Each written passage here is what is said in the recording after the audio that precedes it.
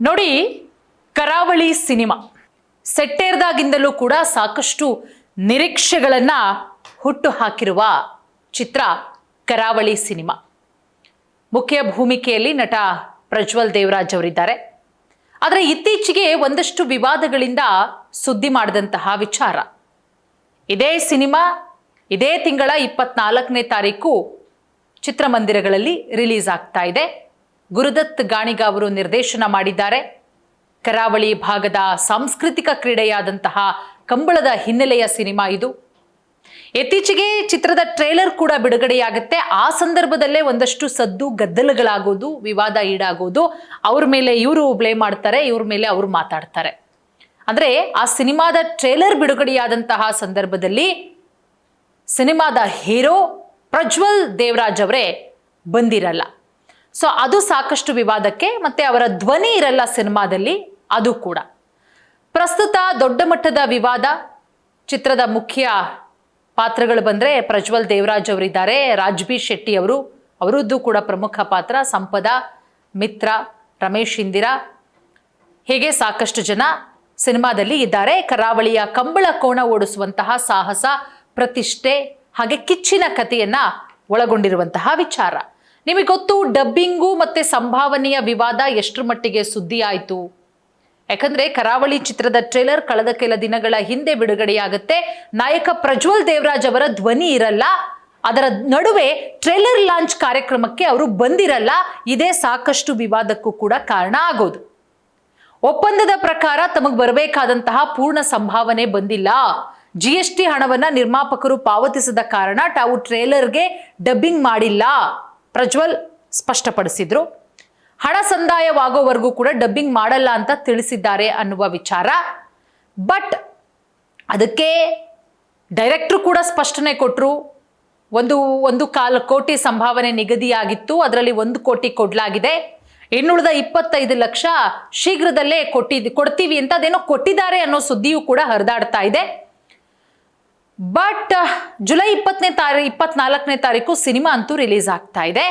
ಇದೆಲ್ಲದರ ನಡುವೆ ನಿನ್ನೆ ಒಂದಷ್ಟು ನಟ ನಟಿಯರು ಪ್ರಜ್ವಲ್ ದೇವರಾಜ್ ಅವರ ಪರ ಬ್ಯಾಟ್ ಬೀಸಿದ್ರು. ಮೇಘನಾ ರಾಜ್ ಇರಬಹುದು, ಮತ್ತೆ ನಮ್ಮ ರಕ್ಷಿತಾ ಪ್ರೇಮ್ ಅವ್ರು ಇರ್ಬೋದು, ಪನ್ನಗ ಇರಬಹುದು, ಹೀಗೆ ಬೇರೆ ಬೇರೆಯವರು ಪ್ರಜ್ವಲ್ ದೇವರಾಜ್ ಅವರ ಪರ ಬ್ಯಾಟಿಂಗ್ ಕೂಡ ಮಾಡಿದ್ರು. ಯಾಕಂದ್ರೆ 20 ವರ್ಷಗಳಿಂದ ಸಿನಿಮಾ ಇಂಡಸ್ಟ್ರಿಯಲ್ಲಿ ಇದ್ದಾರೆ ಪ್ರಜ್ವಲ್ ಅವರು. ಯಾರೊಟ್ಟಿಗೂ ಕೂಡ ಏನೋ ಡ್ಯಾಮೇಜ್ ಮಾಡ್ಕೊಳ್ಳುವಂತಹ ಕೆಲಸ ಮಾಡಿಲ್ಲ. ಹಾಗಾಗಿ ಅವ್ರ ವಿಚಾರವನ್ನ ಹೇಳಿದ್ರು. ಅದು ಸಹಜ, ಅದು ಒಳ್ಳೆಯ ಬೆಳವಣಿಗೆ ಕೂಡ. ಸ್ಯಾಂಡಲ್ವುಡ್ ಎಲ್ಲರೂ ಕೂಡ ಒಗ್ಗೂಡಿಕೆಯಿಂದ ಇದ್ದಾರೆ ಅನ್ನೋದು ಬಹಳ ಸ್ಪಷ್ಟವಾಗಿ ಗೊತ್ತಾಗುತ್ತೆ. ನೋಡಿ, ಇದೆಲ್ಲದರ ನಡುವೆ ಸುದೀರ್ಘವಾಗಿ ಪೋಸ್ಟ್ ಹಾಕಿದ್ದಾರೆ ಪ್ರಜ್ವಲ್ ದೇವರಾಜ್ ಅವರು. ಏನ್ ಪೋಸ್ಟ್ ಅಂತ ಹೇಳಿದ್ರೆ, ಟ್ರೇಲರ್ ಲಾಂಚ್ಗೆ ಬರದಿದ್ದ ಕಾರಣವನ್ನ ರಿವೀಲ್ ಮಾಡಿದ್ದಾರೆ. ಕರಾವಳಿ ಸಿನಿಮಾದ ಕಾಂಟ್ರವರ್ಸಿಯ ಬಗ್ಗೆ ಕೊನೆಗೂ ಕೂಡ ಅಧಿಕೃತವಾಗಿ ಪ್ರತಿಕ್ರಿಯೆ ಕೊಟ್ಟಿದ್ದಾರೆ. ಯಾಕೆ ಬಂದಿಲ್ಲ ಅನ್ನೋದನ್ನು ಕೂಡ ತಿಳಿಸಿದ್ದಾರೆ. ನೋಡಿ, ಸಿನಿಮಾಗೆ ಸಂಬಂಧಪಟ್ಟಂತಹ ಚರ್ಚೆಗಳು ಕೂಡ ಜೋರಾಗಿದೆ. ಇದೆಲ್ಲದರ ನಡುವೆ ಸುದೀರ್ಘವಾದಂತಹ ಪೋಸ್ಟ್ ಈಗ ಸಿಕ್ಕಾಪಟ್ಟೆ ವೈರಲ್ ಆಗ್ತಾ ಇದೆ. ಇನ್ಸ್ಟಾಗ್ರಾಮ್ನಲ್ಲಿ ಅವರು ಒಂದು ಪೋಸ್ಟ್ ಅನ್ನ ಶೇರ್ ಮಾಡಿದ್ದಾರೆ. ಅದರ ಜೊತೆಗೆ ಗುರುದತ್ ಗಾಣಿಗ, ಈ ಸಿನಿಮಾದ ಡೈರೆಕ್ಟರ್ ಗುರುದತ್ ಗಾಣಿಗ ಅವರ ಜೊತೆಗಿನ ವಾಟ್ಸಪ್ ಚಾಟಿಂಗ್ ಸ್ಕ್ರೀನ್ ಶಾಟ್ ಕೂಡ ತೆಗೆದುಬಿಟ್ಟು ಹಾಕಿದ್ದಾರೆ. ಹಾಗಾದ್ರೆ ಏನಿದೆ ಪೋಸ್ಟ್ ಅಲ್ಲಿ ನೋಡಿ. ಜುಲೈ 24ನೇ ತಾರೀಕು ಚಿತ್ರಮಂದಿರದಲ್ಲಿ ಕರಾವಳಿ ಸಿನಿಮಾ ನೋಡಿ ಕೈ ಮುಗಿಯುವ ಎಮೋಜಿಯನ್ನ ಹಾಕೋದ್ರ ಮುಖಾಂತರ ಆ ಪೋಸ್ಟ್ಗೆ ಒಂದು ಕ್ಯಾಪ್ಷನ್ ಅನ್ನ ಕೊಟ್ಟಿದ್ದಾರೆ. ನೀವು ಪಕ್ಕದಲ್ಲಿ ಆ ಪೋಸ್ಟ್ ಅನ್ನ ಗಮನಿಸ್ತಾ ಇದ್ದೀರಾ. ನನ್ನ ಪಕ್ಕದಲ್ಲೇ ಆ ಪೋಸ್ಟ್ ಹೋಗ್ತಾ ಇದೆ. ಏನ್ ಹಾಕಿದ್ದಾರೆ ಪ್ರಜ್ವಲ್ ದೇವರಾಜ್ ಅವರು ಅಂತ ಹೇಳಿ. ಅಧಿಕೃತವಾದಂತ ಹೇಳಿಕೆ ಈ ರೀತಿ ಇದೆ. ನಾನೊಂದ್ಸಲ ಹೇಳ್ಬಿಡ್ತೀನಿ ಏನಿದೆ ಅಂತ ಹೇಳ್ಬಿಟ್ಟು. ಇತ್ತೀಚಿನ ದಿನದಲ್ಲಿ ಕರಾವಳಿ ಚಿತ್ರದ ನಿರ್ಮಾಣ ಸಂಸ್ಥೆ ಗುರುದತ್ ಗಾಣಿಗ ಫಿಲ್ಮ್ ಹಾಗೆ ನಿರ್ದೇಶಕ ಗುರುದತ್ ಗಾಣಿಗ ಅವರಿಂದ ಸಾರ್ವಜನಿಕವಾಗಿ ನೀಡಲಾಗ್ತಾ ಇರುವಂತಹ ಹೇಳಿಕೆಗಳ ಹಿನ್ನೆಲೆಯಲ್ಲಿ ನನ್ನ ಅಭಿಮಾನಿಗಳು, ಮಾಧ್ಯಮ ಮಿತ್ರರು, ಕನ್ನಡ ಚಿತ್ರರಂಗದ ಬಂಧುಗಳ ಮುಂದೆ ಕೆಲವು ವಾಸ್ತವಾಂಶಗಳನ್ನ ಸ್ಪಷ್ಟಪಡಿಸೋದು ಅಗತ್ಯ ಅಂತ ನಾನು ಭಾವಿಸ್ತೇನೆ. ಕರಾವಳಿ ಚಿತ್ರದ ಟ್ರೇಲರ್ ಬಿಡುಗಡೆಯಾದಂತಹ ಸಂದರ್ಭದಲ್ಲಿ ಯಾವುದೇ ಪೂರ್ವ ಮಾಹಿತಿ, ಅನುಮತಿ ಅಥವಾ ಒಪ್ಪಿಗೆ ಇಲ್ಲದೆ ನನ್ನ ಪಾತ್ರಕ್ಕೆ ಮತ್ತೊಬ್ಬರಿಂದ ಡಬ್ಬಿಂಗ್ ಮಾಡಿಸಿರುವ ವಿಚಾರ ನನಗೆ ಗೊತ್ತಾಗುತ್ತೆ. ಅದೇ ಸಮಯದಲ್ಲಿ ನನಗೆ ಒಪ್ಪಿಗೆಯಾದಂತಹ ಸಂಭಾವನೆಯೂ ಕೂಡ ನನಗೆ ಸಂಪೂರ್ಣವಾಗಿ ಕೊಟ್ಟಿರಲ್ಲ. ಈ ಎರಡೂ ಕಾರಣದಿಂದ ನಾನು ಟ್ರೇಲರ್ ಬಿಡುಗಡೆ ಕಾರ್ಯಕ್ರಮದಲ್ಲಿ ಭಾಗವಹಿಸಲಿಲ್ಲ. ನೋಡಿ, ಇದು ಸ್ಪಷ್ಟಪಡಿಸಿರುವುದು. ಅಂದ್ರೆ ಬೇರೆಯವ್ರ ಕೈಲಿ ಡಬ್ಬಿಂಗ್ ಮಾಡಿಸ್ಬಿಟ್ಟಿದ್ದಾರೆ, ಅದು ನನಗೆ ಗೊತ್ತಿರಲಿಲ್ಲ. ಇದಾದ ನಂತರ ಗುರುದತ್ ಗಣಿಗ ಫಿಲ್ಮ್ ಮತ್ತು ನಿರ್ದೇಶಕ ಗುರುದತ್ ಗಣಿಗ ಅವರು ಈ ವಿವಾದಕ್ಕೆ ನನ್ನ ದೈಹಿಕ ರೂಪಾಂತರ ಅಥವಾ 6 ಪ್ಯಾಕ್ ಲುಕ್ ಕಾರಣ ಅಂತ ಹೇಳಿಕೆ ಕೊಟ್ಟು ಸಾರ್ವಜನಿಕವಾಗಿ ನೀಡಿರುವ ಹೇಳಿಕೆ ನನ್ನ ಗಮನಕ್ಕೆ ಬಂದಿದೆ. ಈ ಕುರಿತು ನಾನು ಸ್ಪಷ್ಟಪಡಿಸೋದು ಏನಪ್ಪಾ ಅಂದ್ರೆ, ಈ ವಿಚಾರಕ್ಕೆ ನನ್ನ ದೈಹಿಕ ರೂಪಾಂತರದೊಂದಿಗೆ ಯಾವುದೇ ಸಂಬಂಧ ಇಲ್ಲ.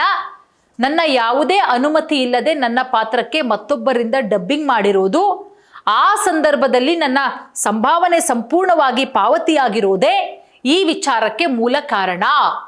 ಮೊದಲ ದಿನದಿಂದಲೂ ನನ್ನ ನಿಲುವು ಒಂದೇ ಆಗಿತ್ತು. ನನಗೆ ಬಾಕಿ ಇರೋ ಸಂಭಾವನೆಯನ್ನ ಸಂಪೂರ್ಣವಾಗಿ ಪಾವತಿಸಿದ ತಕ್ಷಣ ನಾನು ಚಿತ್ರದ ಡಬ್ಬಿಂಗ್ ಪೂರ್ಣಗೊಳಿಸ್ತೀನಿ. ಚಿತ್ರದ ಪ್ರಚಾರ ಚಟುವಟಿಕೆಯಲ್ಲಿ ಸಂಪೂರ್ಣವಾಗಿ ನಾನು ಭಾಗಿಯಾಗ್ತೀನಿ. ಭಾಗಿಯಾಗೋದಕ್ಕೆ ನಾನು ಸಿದ್ಧನಿದ್ದೇನೆ. ಸಂಬಂಧಪಟ್ಟವರಿಗೆ ನಾನು ಸ್ಪಷ್ಟವಾಗಿ ತಿಳಿಸಿದ್ದೆ. ಟ್ರೇಲರ್ ಬಿಡುಗಡೆಯಾದ ಮರುದಿನ GST ಮೊತ್ತವನ್ನ ಹೊರತುಪಡಿಸಿ ನನ್ನ ಬಾಕಿ ಸಂಭಾವನೆಯನ್ನ ನಂಗೆ ಕೊಡಲಾಗಿದೆ. ಟ್ರೇಲರ್ ಬಿಡುಗಡೆಯಾಗಿ ಎಲ್ಲ ವಿವಾದಗಳಾಯ್ತಲ್ಲ, ಅದಾದ್ಮೇಲೆ ಏನು ಉಳಿದಿತ್ತು ಆ ಸಂಭಾವನೆ ಕೊಡಲಾಗಿದೆ ಅಂತನೂ ಕೂಡ ಪ್ರಜ್ವಲ್ ದೇವರಾಜ್ ಅವರು ಅಲ್ಲಿ ಮೆನ್ಷನ್ ಮಾಡಿದ್ದಾರೆ. ಅದರ ನಂತರ ಗುರುದತ್ ಗಣಿಗ ಫಿಲ್ಮ್ ವತಿಯಿಂದ ನನ್ನ ವ್ಯವಸ್ಥಾಪಕರಿಗೆ ನನ್ನ ಡಬ್ಬಿಂಗ್ ಸೇವೆ ಮತ್ತು ಚಿತ್ರದ ಪ್ರಚಾರದಲ್ಲಿ ನನ್ನ ಭಾಗವಹಿಸುವಿಕೆ ಇನ್ನು ಮುಂದೆ ಅಗತ್ಯವಿಲ್ಲ ಅಂತನೂ ಕೂಡ ತಿಳಿಸಲಾಗಿದೆ. ಹೇಗಾಗಿ ಚಿತ್ರದ ಡಬ್ಬಿಂಗು ಅಥವಾ ಪ್ರಚಾರದಲ್ಲಿ ನಾನು ಭಾಗವಹಿಸೋದಿಲ್ಲ, ಇದು ನನ್ನ ನಿರ್ಧಾರವಲ್ಲ ಅನ್ನೋದನ್ನು ಕೂಡ ಪ್ರಜ್ವಲ್ ಅವರು ಸ್ಪಷ್ಟಪಡಿಸಿದ್ದಾರೆ.